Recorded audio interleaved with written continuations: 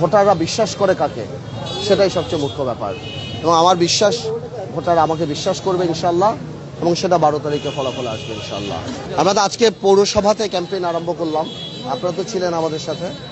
আর আপনারা দেখছেন আলহামদুলিল্লাহ উৎসুক মানুষের যেভাবে আমাদেরকে রিসিভ করছে। আর প্রতিশ্রুতি তো ভোলা বরিশাল সেতু থেকে আরম্ভ করে, মেডিকেল কলেজ থেকে আরম্ভ করে, আরও বেশ কিছু আছে, গ্যাস নিয়ে আরম্ভ করে।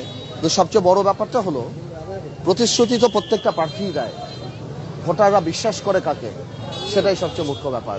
এবং আমার বিশ্বাস ভোটাররা আমাকে বিশ্বাস করবে ইনশাল্লাহ, এবং সেটা 12 তারিখে ফলাফল আসবে ইনশাল্লাহ। ঠিক আছে না, আমি মনে করি পজিটিভ গণভোট, যেই কারণে আমি জুলাই সনদকে এবং জুলাই অভ্যুত্থানকে সাংঘাতিকভাবে রেসপেক্ট করি। আমি গণভোটে হ্যাঁ ভোটের পক্ষে আমি, বাট সরকারের তরফ থেকে বা রাজনৈতিক দল বা সবার তরফ থেকে আমার মনে হয় না অত ক্যাম্পেইন হচ্ছে গণভোটের জন্য। আমি ফিল্ডে নেমে যা মনে করছি। ঠিক আছে, থ্যাংক ইউ। অনেক ভালো রেসপন্স পাচ্ছি।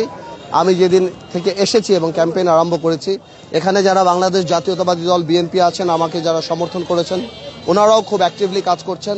আমাদের এখানে আসলে অন্যান্য আসনের মতো না, 17 বছরে ভোলার যে অবস্থানটা ছিল আর আমাদের যে একটা পারিবারিক ব্যাপার ছিল, এখানে সবকিছু মিলিয়েই ভোলা এখন আমি না দলের না মার্কার, আমি সবার। আমরা ওই স্লোগান নিয়ে এগিয়ে যাচ্ছি, ভোলাকে এক রাখার জন্য এবং সবার জন্য কাজ করার জন্য।